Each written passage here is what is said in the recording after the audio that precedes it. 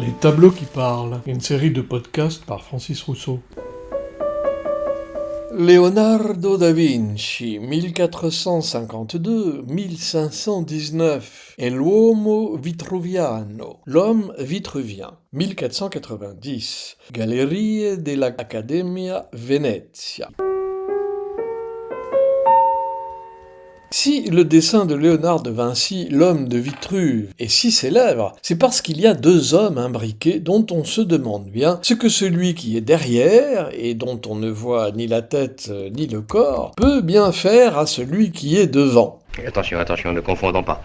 Est-ce que ça vous chatouille ou est-ce que ça vous gratouille? Ah, ça me chatouille. Mais ça me gratouille bien un peu aussi. Oui. Non, je plaisante, évidemment. Ce dessin est surtout célèbre parce qu'il illustre la volonté de définir un homme idéal. Cela signifie-t-il qu'il faille deux hommes pour faire un homme idéal? Ah, petit coquinou, va. Je vois qu'on est d'humeur badine avec les chefs-d'œuvre. N'ayez pas peur, chez nous, on a l'habitude. Eh bien non, il ne faut pas deux hommes pour faire un homme idéal. Ni trois d'ailleurs. Vas-y, qu'est-ce que tu me fais, toi? Je suis choqué. La multiplication des bras et des jambes de l'homme dans deux positions différentes et néanmoins superposées symbolise simplement la dualité de l'existence humaine, prise entre le matériel et le spirituel, et soulève un certain nombre de questions sur la place de l'humain dans l'univers et sa compréhension de lui-même. Je crois que ce qui est unique pour le savant, Robert Oppenheimer. c'est qu'il lui faut non seulement chercher la vérité, mais la proclamer. Mais il y a plus. Et oui, il y a toujours plus chez Leonardo da Vinci. Les proportions de cet homme, qui s'inscrit à la fois dans un cercle et dans un carré, en respectant le rapport du nombre d'or, je rappelle, 1,6180, etc., constitueraient rien de moins qu'une allégorie géométrique de l'interconnexion existante entre l'homme et l'univers entier. On est bien loin du camarade de jeu qui joue à cache-cache derrière le popotin de son copain.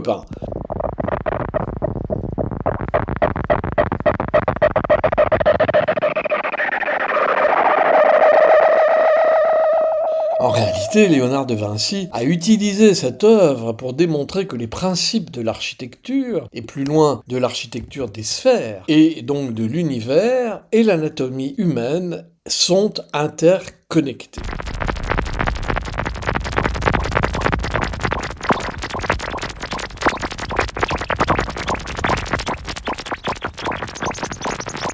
Il suggère ainsi que l'univers est construit sur des principes communs à ceux du corps humain. L'idée que l'homme est l'exacte réduction d'un univers plus vaste, où chaque élément du corps reflète des aspects et des modes de fonctionnement du grand univers entier, n'est pas une conception philosophique nouvelle. Pythagore et Platon en sont les pères. Mais c'est la première fois qu'ils trouvent ainsi un écho dans une œuvre d'art. Hippocrate, dans ses principes de la médecine, avait déjà utilisé aussi l'idée que le corps humain était un reflet de l'univers et l'avait appliqué à la santé et à la maladie, n'hésitant pas à établir des correspondances entre les maladies humaines et les déséquilibres de l'univers. Est-ce que ça ne vous gratouille pas davantage quand vous avez mangé de la tête de veau à la vinaigrette? Bon, j'en mange jamais. Oh, mais il me semble bien que si j'en mangeais, Oui. eh ben effectivement, ça me gratouillerait plus. Au Moyen-Âge, les alchimistes et les philosophes hermétiques, également partisans de cette idée, affirmaient que l'homme et l'univers étaient interconnectés et qui comprenait l'un, comprenait l'autre. Très important, oui. Sous la Renaissance, des penseurs comme Marsile Ficin et Giordano Bruno ont également développé cette idée en la poussant si loin que l'un d'eux y laissa sa vie.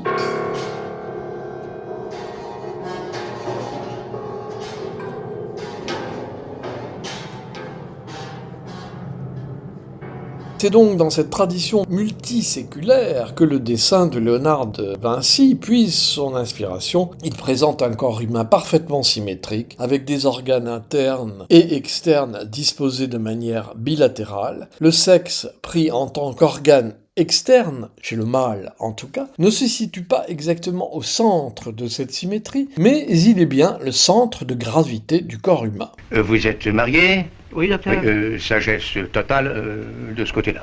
On retrouve toutes les dimensions spirituelles dans le cercle et les dimensions terrestres ou matérielles dans le carré. L'homme sert donc d'étalon, sans mauvais jeu de mots, à l'explication de l'univers en ce qu'il en serait son exacte miniaturisation. Cette représentation des proportions idéales, parfaites du corps humain, a été inspirée à Léonard de Vinci par une étude qu'il fit de l'important traité d'architecture antique en 10 volumes des Architectura, rédigé par l'an 25 avant l'ère chrétienne par l'architecte ingénieur romain Vitruve, dédié à l'empereur romain Auguste. Ô nature ingrate, qui a voulu que l'homme soit modelé à l'image de la puissance et non de la grâce. Vinci s'inspira en particulier du livre 3 de la Bibliothèque impériale de Constantinople, dans lequel Vitruve écrit « Pour qu'un bâtiment soit beau, il doit posséder une symétrie et des proportions parfaites, comme celles que l'on trouve dans la nature. » Léonard de Vinci interprète et explicite avec une profusion de détails dans le texte qui annote et entoure son dessin et qui est rédigé en vieux langage toscan, de sa propre main, selon la technique de l'écriture spéculaire, c'est-à-dire écrite à l'envers, et nécessitant un miroir pour être déchiffré, comme s'il s'agissait là d'un secret terriblement dangereux à propager. Et d'ailleurs, cela l'était, car émettre ce genre d'idées universalistes dans une époque dominée par la toute-puissance des États religieux était très risqué. À la différence de Giordano Bruno, Leonardo da Vinci fut toutefois assez habile pour ne pas finir sur un bûcher, mais sponsorisé par le roi François Ier.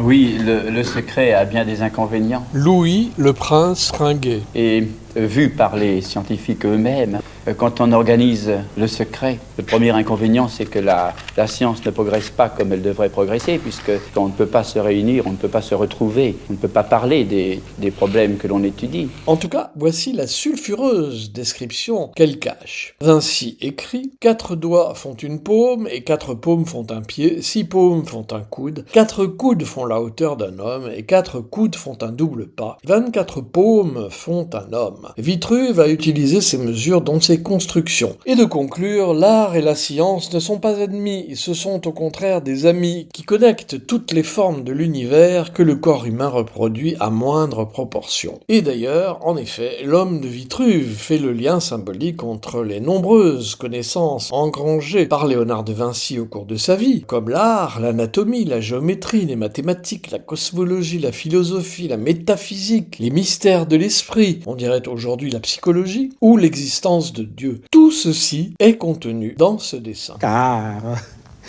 nous les hommes, nous sommes moches. Ah, ce qu'on est moche! Mais et la femme dans tout ça? Pourquoi Léonard de Vinci n'en parle pas? Ou simplement en évoquant la différence entre la position de son nombril et celui du mâle? Eh bien, l'idée d'une femme de Vitruve devra attendre la fin du XXe siècle pour exister en soi. Et sa reconceptualisation, comme on dit aujourd'hui, par plusieurs artistes féminines et autrices, comme la peintre Saranda Sadikai et sa femme de Vitruve, dont un fœtus attaché à un cordon ombilical pend entre les jambes, à la place du sexe masculin. Comme l'homme de Vitruve, la femme de Vitruve symbolise pour ces artistes l'harmonie et les proportions idéales, en mettant l'accent sur la beauté du corps humain. Oh, seule la femme a tout reçu des dieux, car la femme est la copie de l'homme, mais nous n'en sommes que la caricature. Comme Léonard, elles disent le corps humain en général, qu'il soit mâle ou femelle, est un chef-d'œuvre, et il s'insère parfaitement dans la grande conception de l'univers. Et oui, la théorie du genre n'a que peu d'impact sur l'universalisme humaniste. Je suis choqué. Ouf, on est rassuré. Ponctuation sonore. Knock, film de Guy Lefranc, d'après la pièce de Jules Romain, avec Louis Jouvet, 1951. Pierre-Henri, Apocalypse de Jean, oratorio électronique en 5 temps, 1968. La cage aux folles 2, film d'Édouard Molinaro, 1980. Entretien avec Robert Oppenheimer, père de la bombe atomique, par Pierre Desgroupes, RTF, 1958. 2 heures moins le quart avant Jésus-Christ, film de Jean-Yann avec Michel Serrault, 1982. Entretien avec Louis le Prince Ringuet, Pierre Desgroupes, RTF, 1958. Elie Semoun et Franck Dubost, Toufik et Rachida.